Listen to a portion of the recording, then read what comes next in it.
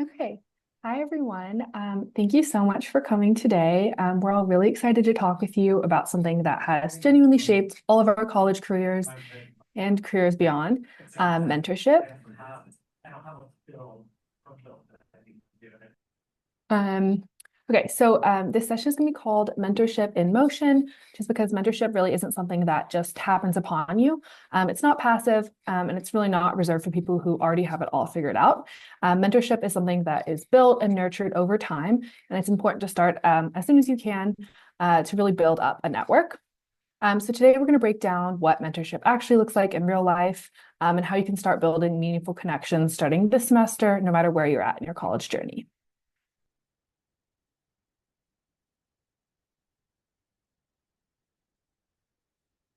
Okay, so before we dive into the content, we're just going to go a quick little roadmap. So first, we're all going to introduce ourselves, just so you know where we're coming from and our backgrounds. And then we're going to spend some more time defining what mentorship actually is and what it isn't, because I know that there's a lot of misconceptions about that. After that, we'll talk about how to initiate connections, so where you can find mentors, how to reach out, and how to think about outreach without feeling awkward or transactional, which I know is a big concern for a lot of people. We're also going to cover how to build and sustain these kinds of relationships once they start. And then we're going to end with one concrete action that you can all take this semester that isn't just theoretical. And then at the very end of the session, we're going to leave a lot of time for questions and answers. So please be thinking of them. We're really happy to answer anything you guys might have. Okay. So before we get into those strategies, we just want to quickly introduce ourselves. We're all industry insiders with the Career Center, and we're all seniors, but we come from very different majors, interests, and career paths. None of us started college with a perfectly clear plan, and none of our paths have been super linear. What we do have in common is that mentorship has played a huge role in navigating that uncertainty, whether it was, choosing a major, finding an internship, pivoting interests, or just feeling confident in the decisions we're making. So as you listen today, what we really want you to remember is that you don't need to be ready or qualified to seek mentorship. You just need to be curious and willing and ready to learn. So Holly, we'll start with your introduction. Awesome. Thank you so much. My name is Holly Anderson. I'm a senior in industrial and systems engineering. I also have a minor in business finance. And my job experience is I had an internship with KPMG last summer, and I will also be working there full time after graduation. And now I'll pass it over to McCarthy and let her introduce herself.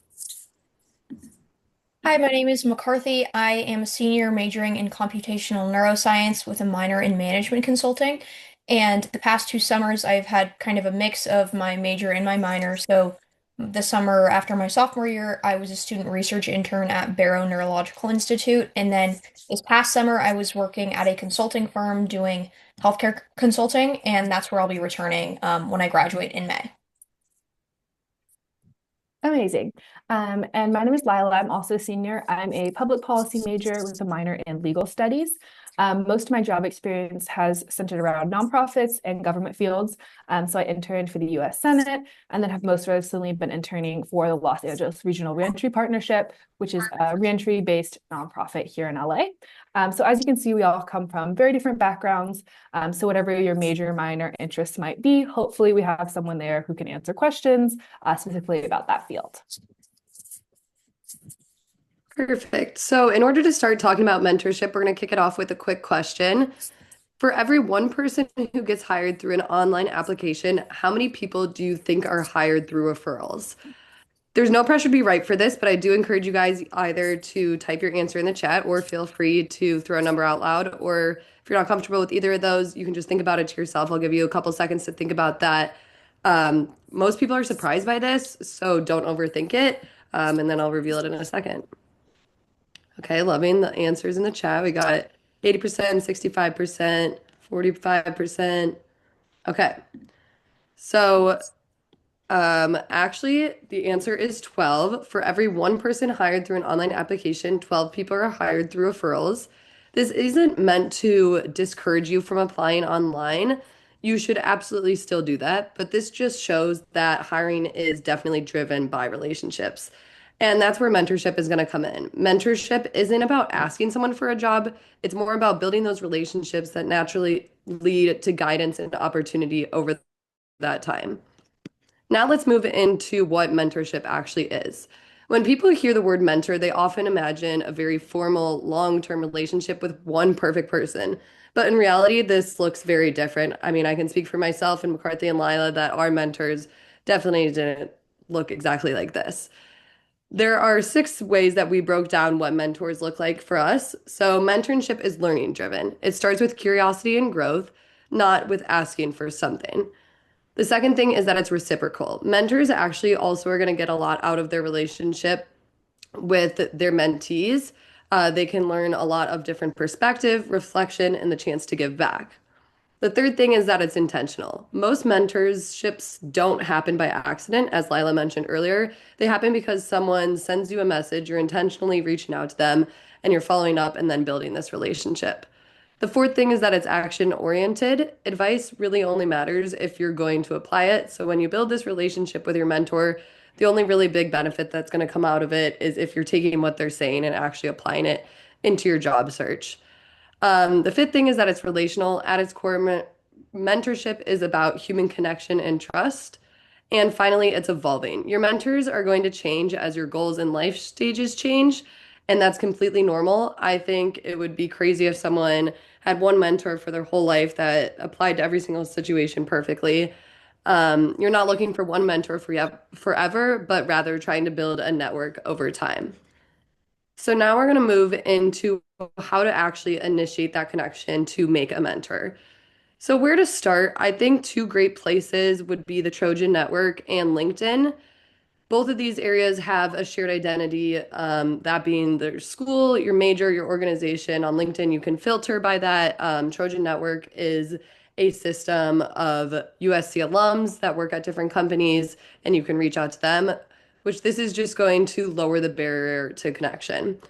When you reach out, the goal is not to impress, rather, it's to be clear, respectful, and human.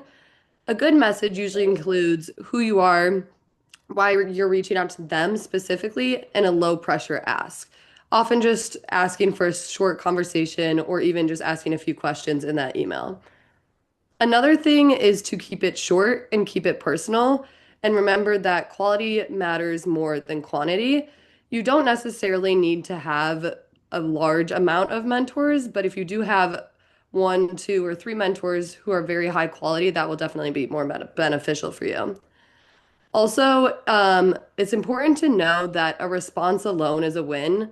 I think people in their careers are very, very busy, and you will end up reaching out to people who will just never respond to you.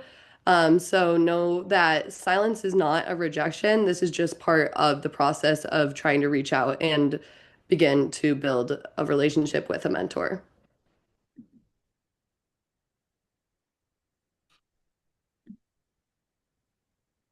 Sorry. So the real mentorship begins when someone actually responds and you get to have that conversation. So it's important to be consistent and not constant. You don't need to check in all the time, but it's important to be periodic, and thoughtful with your updates because that goes much further than frequently messaging the person. And then another is to turn advice into action. So if someone that you're trying to reach out to as a mentor gives you guidance, then try it and follow up to let them know how it went. That's how trust builds. And then finally, lead with gratitude because mentors are giving you their time and experience. So a simple thank you or an update showing their advice matters, that goes a long way. Um, and mentors really stay invested when they see that support is making an impact.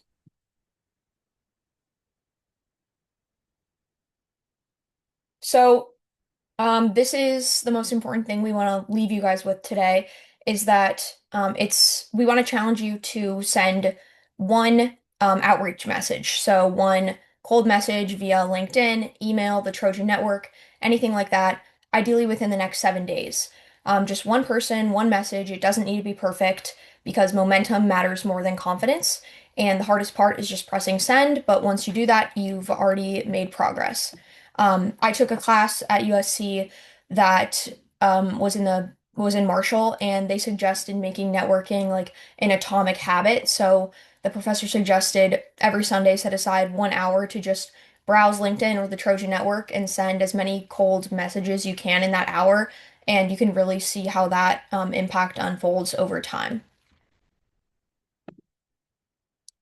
So now we're going to wrap up with questions. You can unmute and ask anything or type your question in the chat. So don't be afraid to speak up. Also, feel free to turn on your camera if you'd like. And just remember from today that mentorship is something that you build one conversation at a time. So we're here to answer any questions, and we can just make this an open conversation.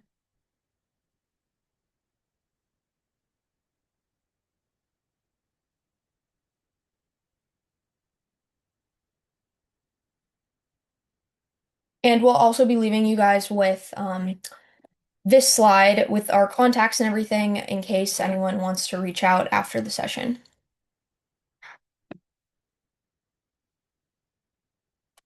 Armand, I see you have your hand up.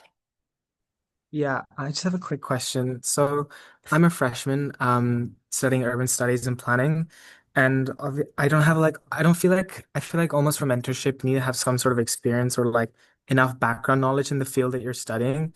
And I think that might be like almost like a mental barrier. So, what's the best way to sort of go about that? And even in conversations with individuals who have like decades of experience, and then almost showing that your eagerness is what makes you most valuable rather than what you already know. Yeah, I think you're absolutely right in saying that your eagerness does make you very valuable, and I think it's would be impressive to any career professional that you're a freshman already reaching out and already looking into this stuff. And so just showing that you're completely open and looking for that type of help, I think that's what like professionals and especially USC alumni understand because they were in your shoes once, and I think like a lot of people were, and so they like to help those because like help others in the place who are in the shoes that they were once in. Um, and did you mention, I think, did you say your major was industrial engineering? No, I said my major was urban planning. Oh, sorry, I don't know why. Okay, That's all right. got it. Yeah, Lila, you go ahead. Yeah, I can speak to that a little bit as a price major. And I think the advice goes for everyone still. I think especially as you're a freshman, I think the most important thing to know is that like they understand how old you are. Like they can read your age. They're not expecting you to have, 5, 10 years of experience. I think it would be crazy if you did. And so I think be confident in the knowledge you do have. And if you're really approaching it from a learning and curiosity standpoint, they're not going to expect you to have like a huge background in the subject. And then the second thing I wanted to say was, especially as a freshman, a lot of my mentors were my professors. And so reaching out and maintaining relationships with your professors is a form of networking, and professors can be some of the best mentors you have because you get a lot of face time with them. And so I recommend like going to office hours and things like that, especially really early on in your college journey. If you're, scared to reach out to people that you like would be contacting over LinkedIn and stuff like that. Building good relationships with your professors is a really strong way to start a mentorship like process. And your professors are also some of the most connected people that you will meet. And so they're definitely able to connect you and field you along to other people that might have information that you'd be interested in. So I'd really recommend building strong relationships with your professors, going to office hours, asking questions in class, that kind of thing. Okay, thank you. Yeah, and then I wanted to follow up on that, but there's also some questions in the chat which I'll address after this. But also an example that I guess I didn't mention as we were going in the slides, but going over the slides, but a way that I have really developed and made connections throughout my time at USC is using LinkedIn, and I'll find someone who's in a position or field that I'm very interested in, or maybe someone that shared my major, or is just working in a role that I'd like to be in one day. I will reach out to them, and they're likely a USC alum because that's kind of who I target, because they're most willing to help, I think, like fellow Trojans. And so I'll reach out and say, "Hi, Sarah. I'm a senior at USC studying computational neuroscience, and I'm super interested in your career path. I'd love the chance to speak with you if you have a few minutes." And then, like, maybe propose a time or a date. And we go over all of this in our individual networking sessions, which will come up in this semester. But just a short, simple message is a great way to get started. And then, okay. Yeah, I definitely echo what McCarthy's saying and kind of more directly in response to Ian. You said, are there any resources you could recommend for how to format cold emails? I think what McCarthy said is really great. There's something I've heard to break down the message into three parts. So, first being a personal connection, like McCarthy said, I think the easiest one for this would probably be finding a USC alum. I think the Trojan Network, just in general, is very willing to help other USC students. And just throwing that out there and having that commonality will likely higher the chances of them responding. So first is personal connection. Second would be purpose. This is what you're trying to get out of them. So you could say, I'd love to learn about your experience. I'd love to hear how you got to a position at this company or whatever you're trying to learn from them. And then third would be the low pressure ask. So would you be open to a 15-minute call on, and like McCarthy said, maybe offer a couple dates or ask them to provide their availability. This way, it's not really asking a lot of them. It's really making them likely to respond. I think a lot of people are willing to help other people as long as their schedule allows. But like I said, I think a response is a win. So feel free to send these types of messages to a person a week, five people a week, whatever you want your goal to be. And I think that anytime that someone responds, just take that as something. And once you have that 15-minute conversation, you'll definitely learn if that's someone who could be a mentor for you, who you can keep building this relationship with, or if maybe you want to continue your search and keep reaching out to people. Um, Melissa, I guess we can let you go and then go back to the questions in the chat. Thank you. I've got two quick questions. So could you help me distinguish between a mentor and someone you would just ask for one coffee chat? Because it seems like when you reach out, it's just asking for a 15-minute call, and I'm not sure what the roles of a mentor versus someone you just ask. Yeah, I think that's a good question. I think a mentor would probably just take that relationship to the next step. This might be someone that you set up a recurring call with, or you have an open relationship with. Maybe they'll offer to, oh, you could text them at any time with any questions that you have, or email them, or something like that. But I think something important to keep in mind is that the biggest thing you're going to get out of a mentor is just learning from them. So even if you do just have a coffee chat with someone one time, that could still be someone that you consider a mentor because you could be learning something from them. Um, but I think for me, I would say the biggest difference is that that would be a relationship that would be ongoing and more than one time.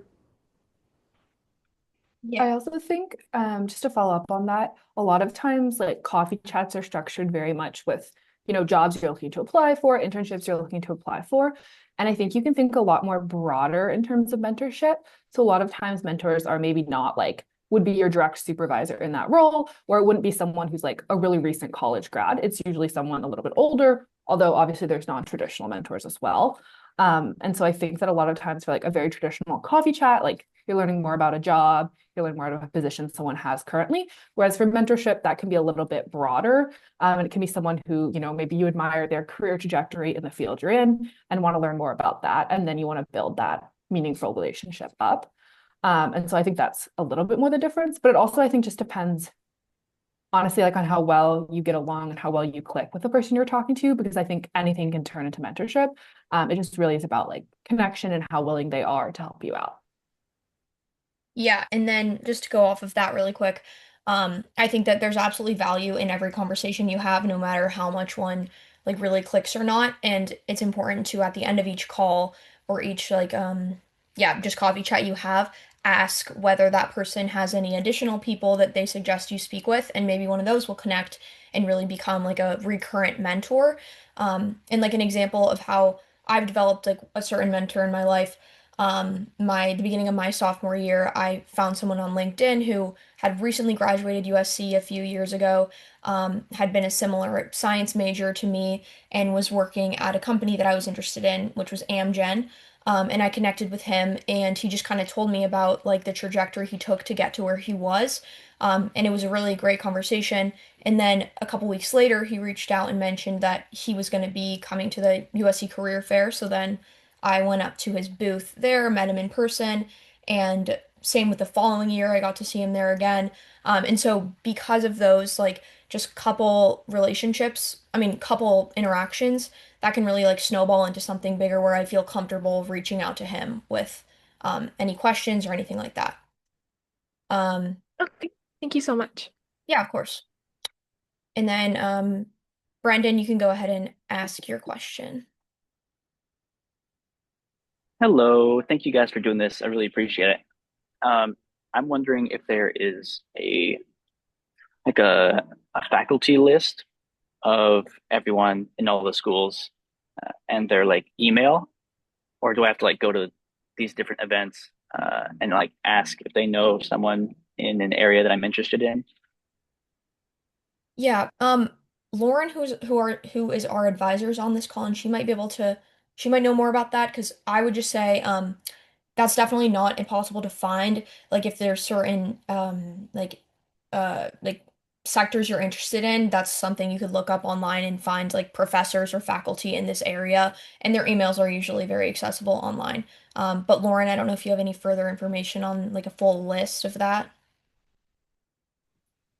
Yeah, no, thank you. As far as a full list, that's definitely a wish list item that I wish that we had something like that available. But I certainly think starting with individual faculty and seeing if they have recommendations, and it really is more so a word of mouth or maybe who they're working on with different projects and such. Depending, I mean, with 23 different schools, there's a lots of different ways that this information is being collected, but certainly starting with your existing faculty. Um, and if you wanted some additional follow-up, I'd be more than happy to meet with you one-on-one and kind of walk through what that might look like for the more specialized areas, or maybe even I work in the main career center, but the different academic units also have career individuals who can then sometimes help with the more specialized fields and would certainly be willing to help out students in that capacity as well. So hopefully that offers a little bit of insight. Thank you. It does. Thank you so much.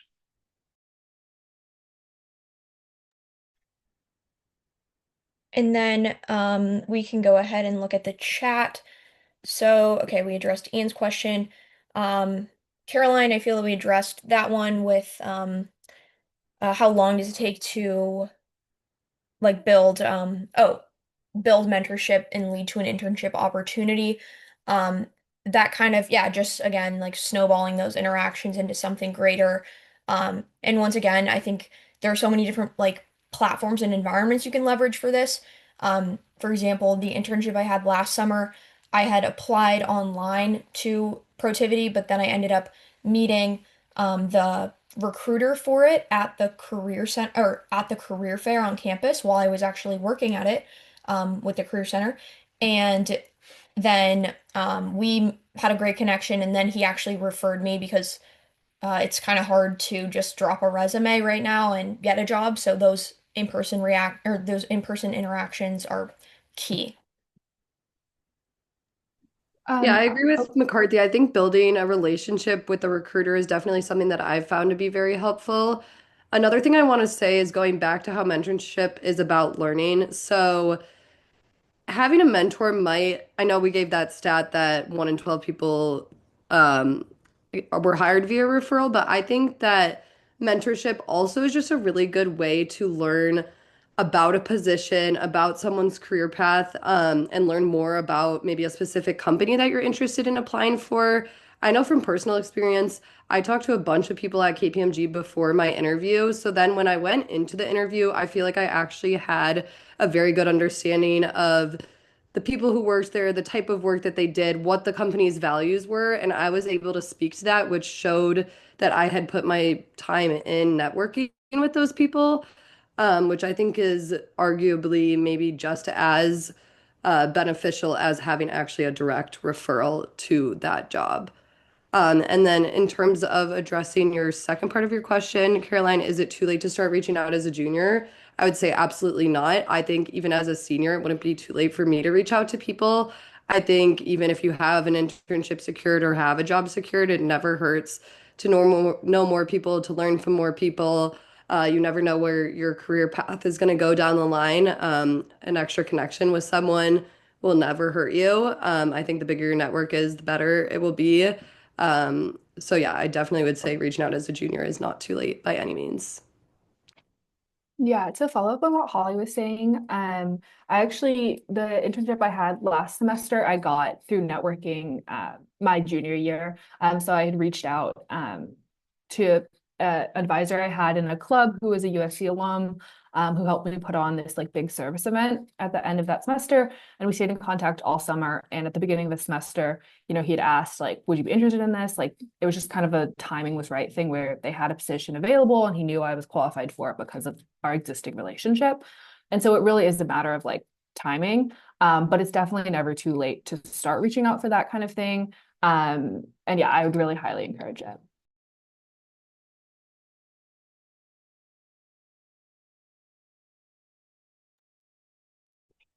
I'm gonna go ahead and answer Caroline's again. For all recruiters I talked to at the career fair and sent a message to after, no one replied to my message. Do a lot of them not read messages from students at the career fair?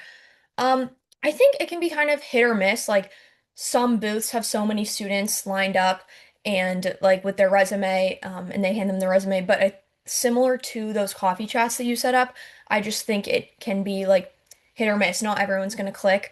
Um, but sometimes you can really form a connection with them. So for me, when I connected with that recruiter, he went to U of A and I'm from Arizona, so we connected over that, and then we just had like a good personable interaction. It didn't even have anything to do with the job or the company really. But that's just the type of thing that can occasionally click. Um, but then again, it's also, I think, can be beneficial to like cast a wide net. Like Holly said, she talked to a lot of different people at KPMG before. So whether that's USC alum, just different people you find that just started there maybe, or even other recruiters, I think there's benefit to just reaching out to like as many people as you can in a role or a company.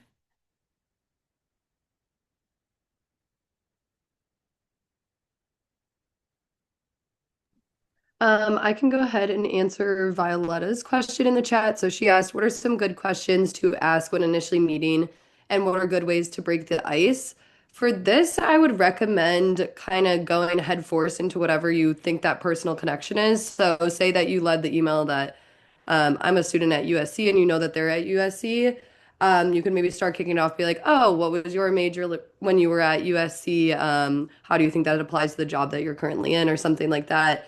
Um, I think in any sort of coffee chat or anything, like once you find some sort of little connection between the two of you, even if it's something like McCarthy said, her recruiter went to U of A and she's from Arizona, and you just start making it a little bit more of a natural conversation, I think things become much more natural, much more relaxed, and that's when you're going to actually be able to ask them the questions you want to ask and learn from them the most. So I would recommend leading with something that you know that you have in common, even if that's LinkedIn stalking them a little and they went to the same high school as you, or you know someone who went to their college, and as something as small as that. But it definitely just leads into that more natural conversation.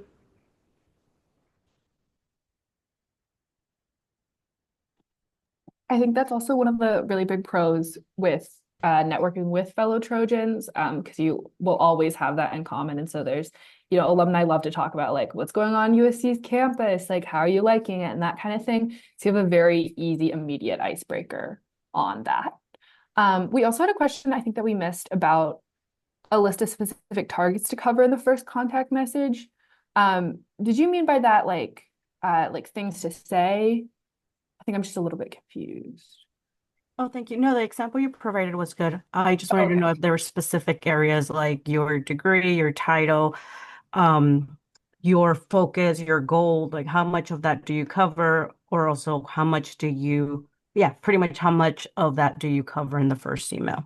Yeah, for sure. So you definitely want to keep the first email shorter. Like it shouldn't be, paragraphs and paragraphs. Like people are really busy and you want them to be able to digest your message easily. I would say definitely like name, grade, year, major for sure. Make sure you have that in every email. And then beyond that, I think it really depends on what the position is. So if you have like a minor that really aligns with like what they're doing, I would include that because that's automatically something you guys can talk about. But beyond those key things, I think it's a little bit up to you. Just make sure you have that concrete ask in there, as Holly was talking about, to make sure it's not just like an open-ended email and there's something for them to respond to. Thank you. Mhm.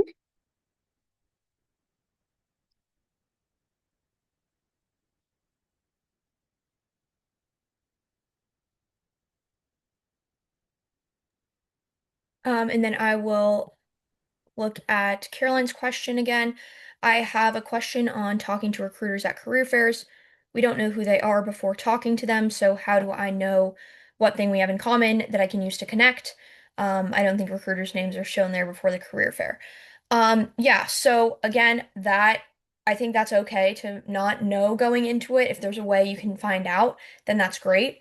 If you do get their names, which maybe the Career Center can provide, I'm not totally sure. But then that way you could look them up on LinkedIn. And that's something I often do before, like a first round interview is typically with a recruiter, maybe. And so you'll get their name and you can just look up their background a bit so that you have some relevant questions that you know to ask. But that can also be applicable to just like coffee chats or meeting a recruiter at a career fair. But if you don't know anything about them, that's also totally fine. And you can usually kind of like find something off the bat, maybe.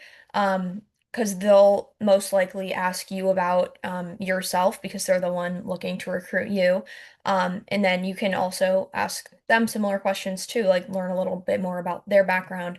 But it's also important for like going into a conversation with a recruiter, have your elevator pitch. So kind of like the 30-second like spiel about yourself. And maybe they'll pick up on something from that and like pull at a certain string. Yeah, I think it definitely is difficult to go into a situation not knowing who you're going to be talking to, especially at something like a career fair. The advice I would give for this is obviously like have your elevator pitch prepared and things like that. But also just follow up with them afterwards. You'll most likely get their name and or their email. So you could always follow up with them afterwards, mention something that you talked about while you were there. This just goes to show that you were listening to them, that you actually are invested in working there and things like that. And although I said that I have a really good experience with my recruiter and McCarthy does as well, I don't know if this is necessarily something that needs to happen right off the bat. Like if you go up to a recruiter at a career fair at a company and you guys aren't like best friends right off the bat, that doesn't mean that you're gonna for sure not work there. I think it's just more so like following up with them, maybe also asking them for other people you could reach out to at the company. I think recruiters are really good at that, at knowing who would be someone who would be a good match for you, who to talk to. Obviously, they go through this process every single year, so they probably also know people who have more recently joined the company, like from USC in a similar major or something like that. Um, but yeah, I wouldn't be too worried about necessarily like in that specific situation at a career for having to go up to a recruiter and knowing exactly what you're going to be saying to them to try to make a connection.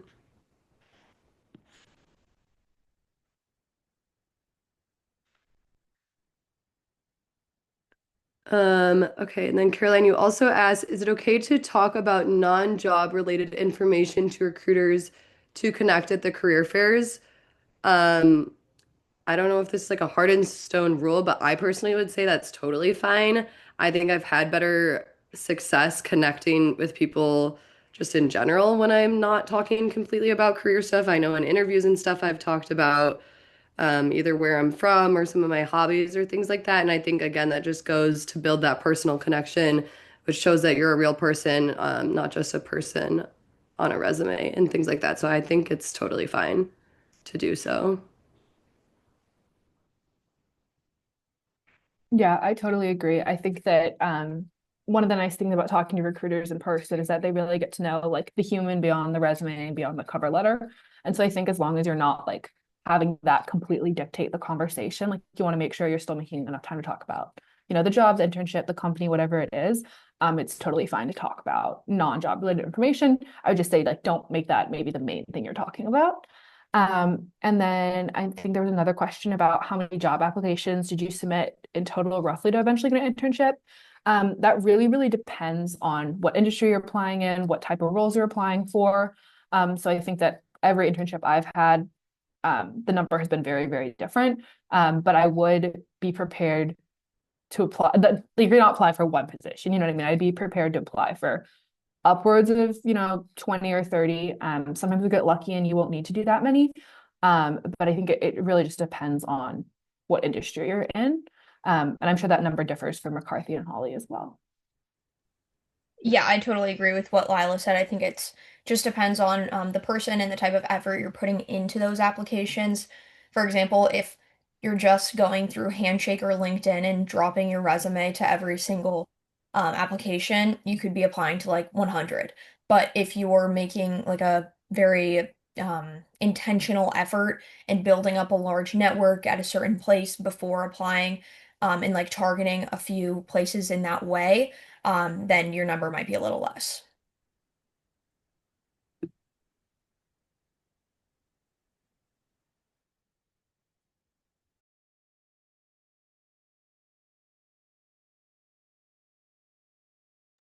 Okay, I think we've addressed all the questions in the chat. If anybody else has any questions, feel free to drop them in the chat or again, raise your hand. You can come off mute. But we have another 25 minutes. So if anybody, no matter how big or small your question is, this is a very safe space. Feel free to ask whatever you want. I think this is a really good chance to ask those questions that you guys want the answers to. So yeah, definitely don't hesitate.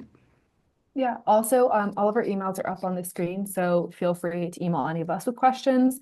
And we're also be continuing to have sessions like these over the rest of the semester. You can find them the same way you found this session through Handshake, so please keep an eye out for those. They're all on different topics and will be hopefully really helpful for all of you. Yeah. Yeah, and one thing I do want to add to that, I do want to commend you all just for signing up for this. I think even just the fact that you're interested in learning about this is a really great start to your career search. You guys are definitely on the right path. Doing things like this is a great way to get yourself involved. And if you continue to sign up for things like this, continue to do coffee chats and things like that, you're definitely just on the right path. And I know it's a stressful time, but I just want to commend you all for being so ahead of the game. It's the first week of school and you're on this session, so that's already a great start. Um, Katie asked, how can I access the slides afterwards? There will be a recording of this Zoom posted to the Career Center YouTube. Normally, these are posted within 2 to 3 days after the session, so you can keep an eye out for that. And then once it's posted on the YouTube, it also will be accessible through the Industry Insiders website. So you can keep a lookout for that. It should be probably by the end of the week or early next week. And then, oh, sorry, Lila, do you want to go ahead? I was just going to answer the next question, but you're Oh welcome yeah, to. we can all answer this one. Someone asked what is a coffee chat, which is a totally understandable question to ask. We should have addressed that initially. The term is definitely weird because most likely you're not actually meeting up with this person and having coffee. But it's just the common term that is used now for like just an initial interaction or a way to network with someone. Um, so I think it probably historically has that term because it was people meeting up, having coffee, but now it just means like reaching out to someone through a cold message, having a like a cold call, um, like through Zoom or Google Meet, and just getting to know that person and like their career path and stuff like that. So it's kind of coffee chats are kind of a way to just build your network. Yeah, I agree with McCarthy said. Out of all the coffee chats that I've had, I think only one of them was actually in person getting coffee. I think that definitely is just a term maybe before the whole virtual environment became a thing. But yeah, it's just basically a quick think about it as if you were go to get coffee with someone, sit down, and how long it would take you to both drink your coffee. It's a very casual thing. There's not a lot of pressure for it. Now it's not necessarily drinking a coffee together, but just hopping on a call, whether that's it could even be a phone call or a Zoom, and just casually talking for 15 or 30 minutes or whatever you want it to be.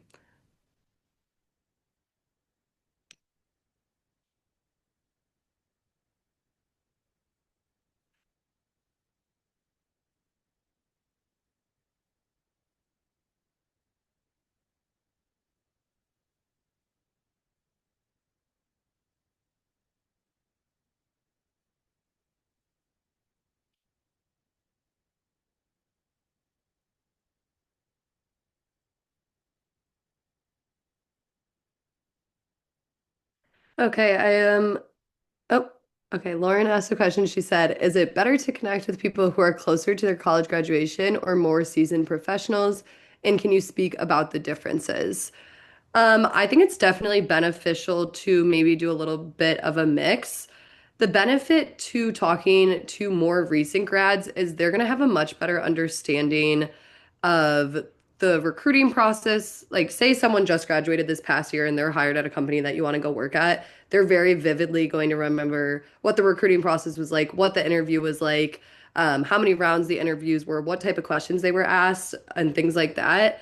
But I think the benefit to talking to more seasoned professionals is they've been at that company longer. They've probably had a lot more experience, maybe worked in many different fields at many different companies. But they probably have a much better understanding of what their role actually is. Someone who's been working at a job for a year probably doesn't even fully understand everything that they're doing. But I would say it's definitely beneficial to talk to a mix of both. Yeah, I agree with Holly. I think that especially for people who are much closer to their college graduation, a lot of times I think that not to stereotype, but those conversations might flow a little bit easier and might be a little less intimidating. So I would recommend like when you're just first starting out cold emailing people, that might be a good place to start. They're closer in age, you probably share more interests in that kind of thing. So I think it's a lot of times when I've done it, those conversations flow really easily and you just get along really well. And so a lot of times that makes me feel more comfortable to ask questions that I genuinely have. Whereas if it's like someone who's like really high up in a company, I might not feel as comfortable asking questions that I want like very candid answers about, if that makes sense. And I think that's really important when you're trying to figure out fit at companies or organizations. So yeah, I agree with Holly. Both are beneficial. It just really depends on what you're looking for.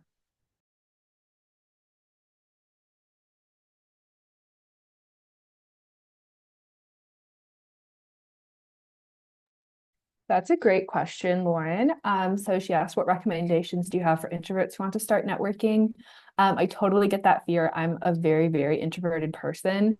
And so the first networking I actually did at USC was because I took a class with Lauren that's required for price majors. And so she made us, as an assignment, reach out, I think, to three like working professionals and interview them. And so like I had to write a little paper on it or whatever. And so I think my recommendation for introverts would definitely be to start small. And also, when I was first doing it, I would like send a message, and if someone wouldn't respond, I'd be like, oh my God, they hate me. What am I doing wrong? Like, why don't they want to talk to me? And a lot of times people just like don't see messages. The people you're reaching out to are super, super busy. And so I really honestly think one of the best things to do is to get desensitized to it. It's not a rejection if they're not responding to you. They're just very busy people who probably didn't see it. And so I think start small, start slowly with, a LinkedIn message, a cold email, something like that, and then get more and more used to it. And as you get more and more used to it, you'll feel more confident doing it. But I totally understand the initial hesitation, especially for people who are more introverted.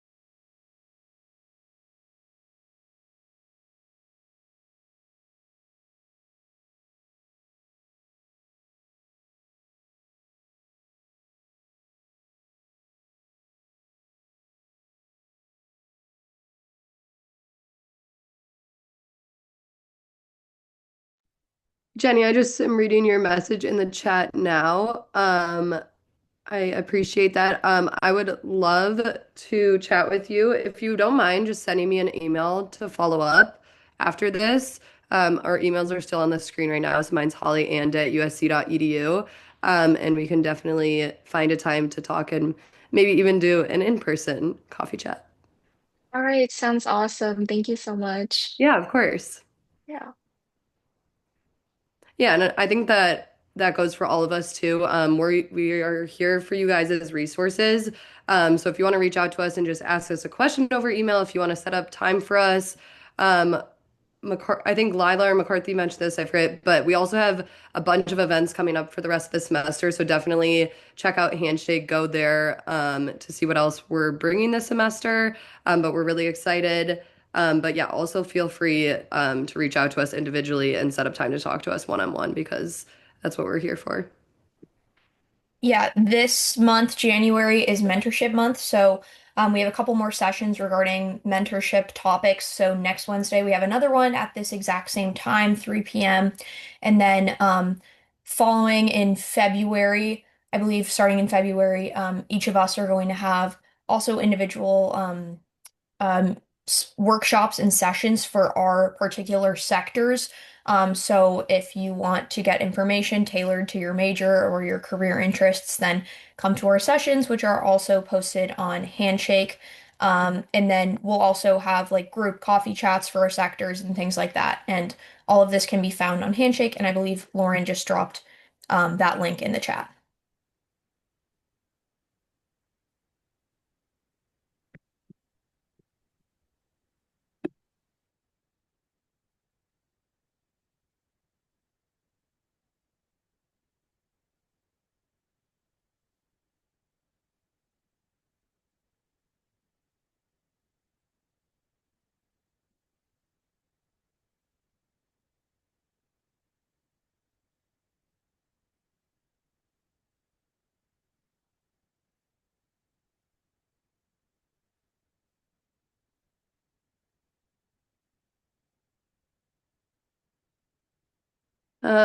I think that's all we have. Well, me and McCarthy will be hanging around till 4 if anybody else has questions. I know Lila has to go to run to class.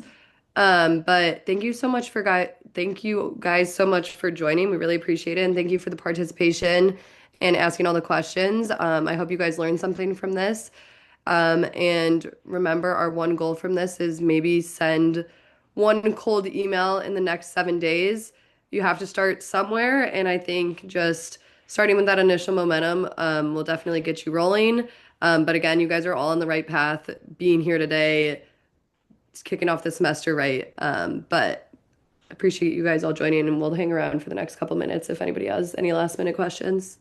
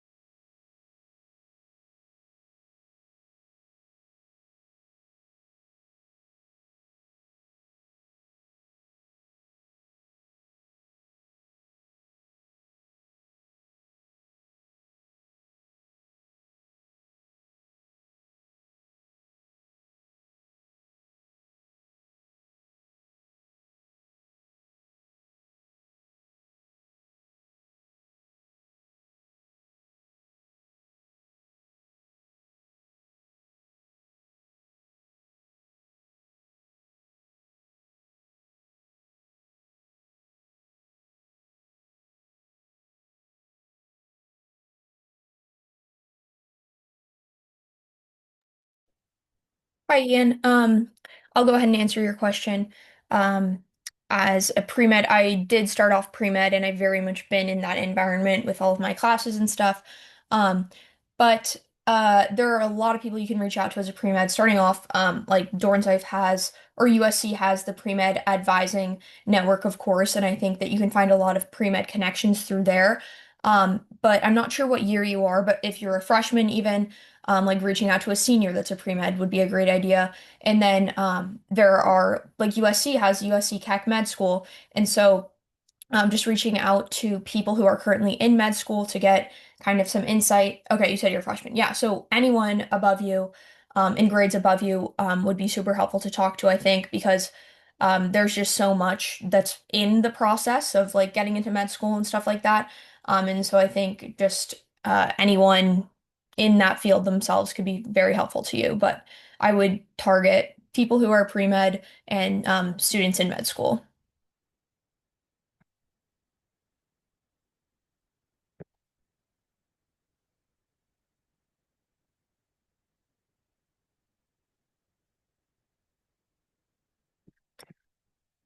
And I guess sorry if I'm just hoping that addressed the question. If you mean narrow your interest as in like a specialty, then I think anyone would tell you that it's very early to be thinking about that, and that will kind of like unfold as you get further along in your education.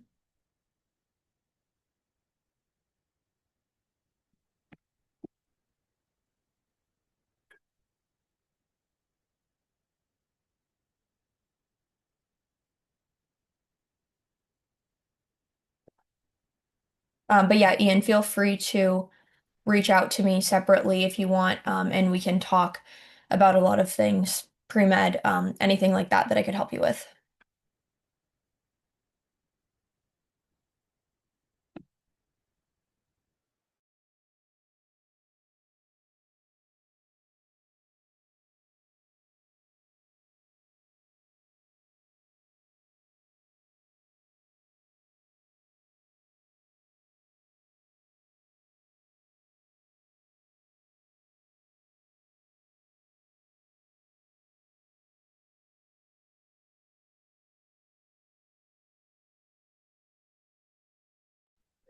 McCarthy, Ian just put in the chat to pull up the contact information, or maybe if you, oh, there you go. I was gonna say if you just want to type your email in the chat, because I think it's wrong on there actually. Oh wait, yes, apologies. My email is wrong on that slide. It's there's actually no Y, so um here's my email.